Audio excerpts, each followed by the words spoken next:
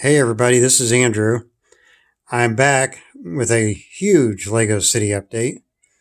If you like this kind of content, please hit like and subscribe to support the channel, and thank you for doing so. I'm sorry it's been so long. I looked at YouTube earlier and I realized it's been a little over 4 months since I posted an update. I'll try to do this a little more often. In fact, I'm working on something right now and I'll show you here in a minute. And I'll post an update after I finish it and place it in the city. All right, let's start on this end and I'll talk about the changes that I made since the last update. I made quite a few changes. You might remember that the train yard was right here in this whole area. And now I shrunk it down to right here. So I'd have all of this space for future expansion. I can put a lot more buildings in there now. And I had seen this on other people's YouTube videos and finally tried this out with the switches. How when the train comes off, you can line up multiple switches in a row along a straight line, and that'll allow you to make it more compact. Get a little better view there of it. I didn't even know it was possible until I saw it in videos.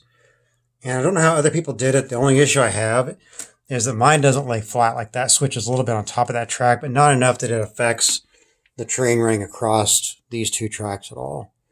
Just kind of strange. I still have my 3-in-1 sets and a couple little city buildings here at the end out here with the new road plates, I should say. And I've started to make a railroad crossing right here. I don't have enough tiles left. I've run out of tiles for right now. But my thought is that this could eventually connect over to here. The problem is I'm going to have to use new roads to do that because I'm all out of those old road plates and they're now discontinued. So I'll have to see in the future where that goes. I recently updated my bus/train stop, and you might be able to tell there I've lifted it up. It's on 3 bricks now instead of 1. So I think it lines up a little better height-wise with the train. I don't know if you can really see that. Kind of hard to get a real good angle on it. And I put the little staircase in front of it for people to walk down and get to the bus stop side of it. And then the train yard tower is right next to it now, overlooking the train yard. And I got some trucks over here just parked for lack of a better place to put them for right now. I haven't decided for sure what I'm doing with all of this out here, but I imagine it'll be more buildings when Lego releases more modular buildings. That's the only plan for right now. The Daily Bugle I still have back here to the back of the city, which is what I'm doing with my tower buildings. I want to eventually have another tower here where the construction site is. And the police station is still next to the Bugle. I've always liked the police station sitting right there. I think it looks nice. Largely because, I don't know if I can get it to where you can see it there, but I really like that sand green wall. And being that the Daily Bugle is in the middle of its base plate, that creates like an alleyway. It doesn't cover up that wall or the billboard for that matter. So you get to see all of that. And I built the SIT complex off of Rebrickable. It's right there next to the police station. I'll get you a better view here in a second. That's one of my latest builds. That is also why you'll notice that the Art and Craft Boutique is no longer here. That's where it was for the longest time. I needed all the nougat parts for the SIT complex. So I took it apart. The assembly square is still here. I moved the bookshop in the garage over here to make room for the SIT complex over there. And I think I kind of like it. I think it worked out good. And quite a while back, I built this pub. This is from Rebrickable using the parts from the garage. And it's moved at least a couple of times since I built it. It really does make a nice corner set. We're going to show you this because that staircase looks so nice. And it looks really good on the corner, in my opinion. Now, it could move in the future, depending on, whether or not Lego starts giving us more corner buildings or whatever. Or I build my own, I don't know. I'm not really into doing a whole lot of mock stuff yet. I'm not very good at it. I do okay with the stuff on Rebrickable, though. Okay, so also over here, I moved the RV park over to here. And so the new road plate leads into the RV park. And I also built a little pond here. I need to do some more work on it, make it look better, but It's my first attempt, and I wanted to have some water in the RV park for the fishermen. And I've added a whole lot more trees, like all these little tiny trees made of with the brown antennas and little green pieces that you put flowers on. It's a real easy way to make little trees. And then I got a bunch more leaves for these larger trees. And so it kind of looks more forested. I still want to go a little further with it. I'll have to get some more parts in the future. The main reason I moved this is what I'll show you next. We'll come over here to the beach area. And let's zoom in over here. I wanted to have some beachfront property. So I put road plates here, and I moved the townhomes here. Since the last update, I built this second townhome, and you'll notice that I mirrored it to the first one.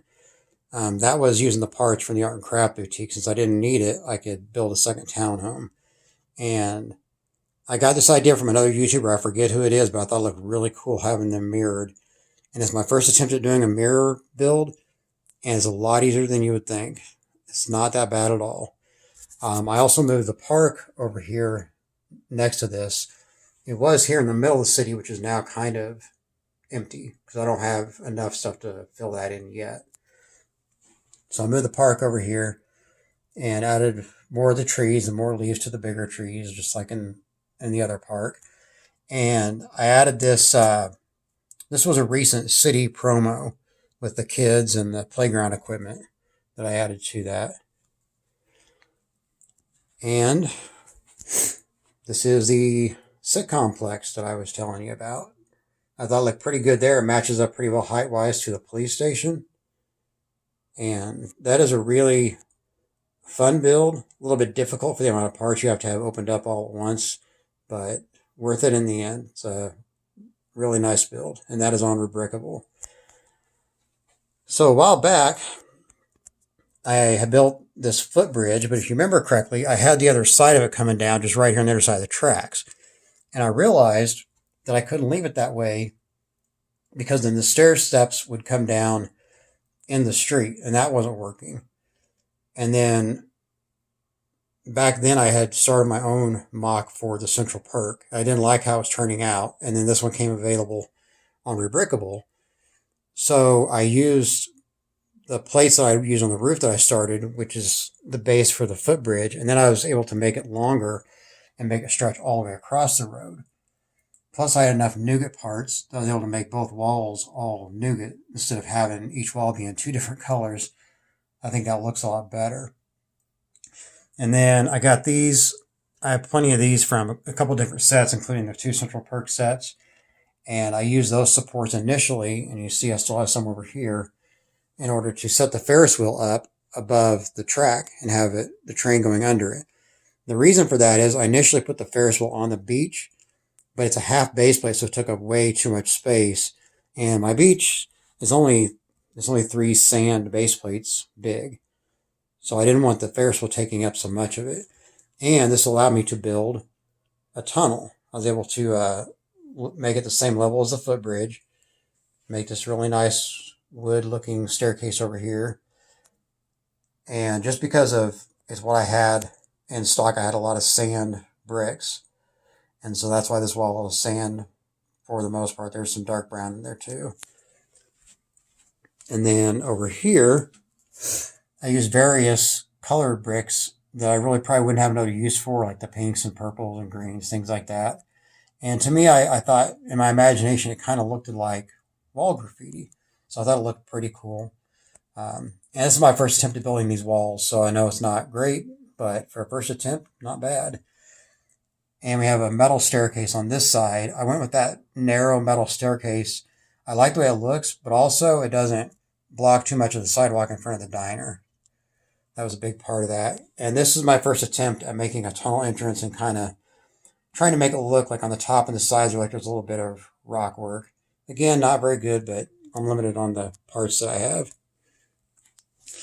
And so then the beach hasn't changed a whole lot. The Surfer Beach House is still over here. Mostly I sold the same stuff, the boat, the lifeguard, what would you call that, wave runner, and the vehicle that tows it. I put all the stuff with the Ferris wheel down here, the little ticket stand and the balloon stand. This is the Coffee Hut promo that we got a while back. I added a bunch more people. There's I think it's called Summer something or other, a set of the little people, and you get like a surfboard, and you get this little popsicle stand. You can buy it on Lego, and it's on sale right now. So that helped me out a lot of people to the city, including this girl who I thought kind of looked like a lifeguard wearing the red bathing suit. And this is my first attempt at a lifeguard stand, just using parts from my own inventory. And I know it doesn't look great. I kind of like the colors, I think, but who knows? This may change in the future. I mean, I just had to use what I had available. Had a lot more nougat parts available, so just kind of a first attempt at something like that, and I think it turned out okay. So the future plans at this point, this right here is where the boutique hotel will go, and I'm working on it right now. I'm also working on another jigsaw puzzle. This is this Ravensburger puzzle. It's quite difficult, so it's kind of slow going. But that is what I'm working on for right now, and I can't wait to add it in. And then that base plate, probably for now, I may just move it to one of the empty spots here. I don't really know for sure, but we'll see. We'll get it moved around. So that is pretty much all the changes for the Lego City. Oh, I don't think these were here before. I bought some of these clear. These are the tall. It's like 2 by, I don't know. It'd be the equivalent of probably 4 or 5 bricks stacked, something like that. And that makes it look like it's flying. That is the 3-in-1 drone. And then I have that little helicopter. That was from the old fire brigade, I think. And it looks like it's flying now, too. I also put on the wall the last 2 puzzles that I finished quite a while back.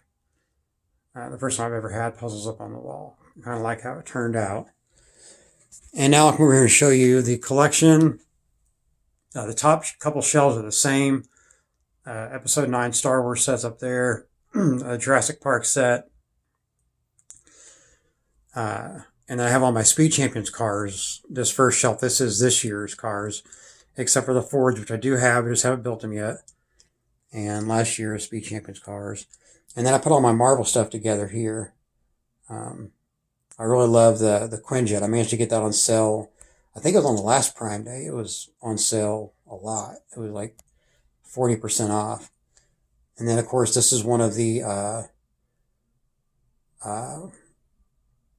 Shang-Chi sets. The other one is the car. Oh, it's right over there next to the tower. You probably saw it earlier. Anyway, that's all my Marvel sets. I'm starting kind of a Hoth display up here with my HAT and the latest HEST. And that's the latest, the latest Millennium Falcon next to it as well. And then the helmets, a couple 20th anniversary sets, Luke's land speeder. Just for lack of a better spot to put it for right now. And this shelf is all my Mandalorian sets that I have for right now. I also have the Forge. I just haven't built it yet. And then we come down here to Clone Wars sets. I got the Ahsoka Brickhead recently. All these Clone Wars sets. And 2 of the later ones I just built. Well, 3 actually. You see right there, the Mandalorian Starfighter and Duel Mandalore. And then the Bad Batch shuttle. Really love the Bad Batch shuttle. Looks great. And I got the Sonic Speeder Chase next to it, for lack of a better place to put it for right now. Got a couple 3-in-1 sets down here. And these are my Mega Construx He-Man sets I've collected. Alright. Let me go over here. The airplane is still sitting up here, the Amelia Earhart plane. And the glass shelves, I still have the same Star Wars sets. Haven't changed that at all. And that brings us over here to these shelves. I have my backlog here. The A-Wing I've built before. It's been on display before. I took it apart and thought about selling it. I tried to sell it actually on Craigslist. Didn't get any offers, so it's still sitting there. And then I got a few new sets there. I moved all the cars, the larger cars over here, to be all together to make room for all the other stuff on those other shelves. I even have the old school Batmobile and the Bat Tumbler now. And then I moved the Stranger Things set over to here, along with the Tantive 4. And I have the same sets up top here that I had before. Something that I'm considering doing, you might notice these shelves, there's like a wire shelf that's been painted. There's pretty big gaps in there. And so I can't put really small sets over here. I had looked online and I thought about doing plexiglass sheets, which would work. But then I got the idea, well, a better thing I could do, it'd be easier to, move around, like if I ever would move someday or want to move sets around or whatever, is to get those 48 by 48 gray base plates. It'd only take 3 of them to cover each shelf. So I'm going to do that soon.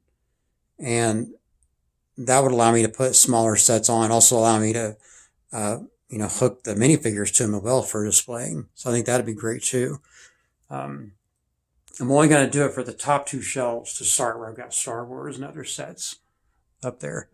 I'd be interested in what people think about doing that. I think the base plates make the best sense because this is all Lego after all.